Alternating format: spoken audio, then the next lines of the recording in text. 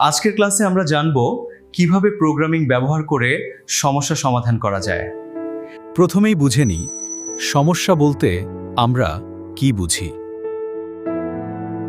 সমস্যা সমাধান মানে হলো যৌক্তিক চিন্তার মাধ্যমে সঠিক ফল বের করা। প্রোগ্রামিং আমাদের চিন্তাকে কম্পিউটারের ভাষায় প্রকাশ করতে সাহায্য করে।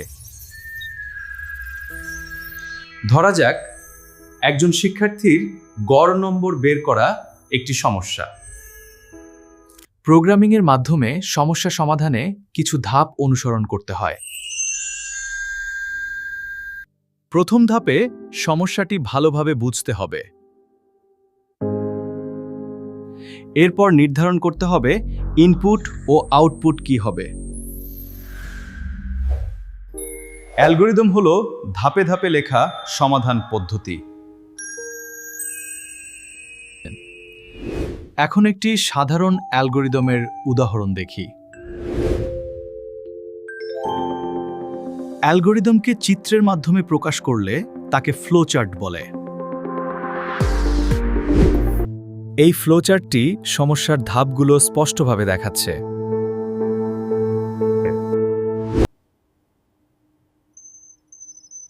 এখন অ্যালগরিদম অনুযায়ী কোড লেখা হয়।